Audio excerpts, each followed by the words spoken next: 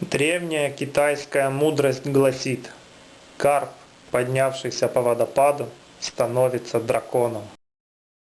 Бажен Видео представляет Выскребенцеву Анну Эдуардовну в киноэпопее «Бравс». Пятое. Бутылка. Шестая. Консервация.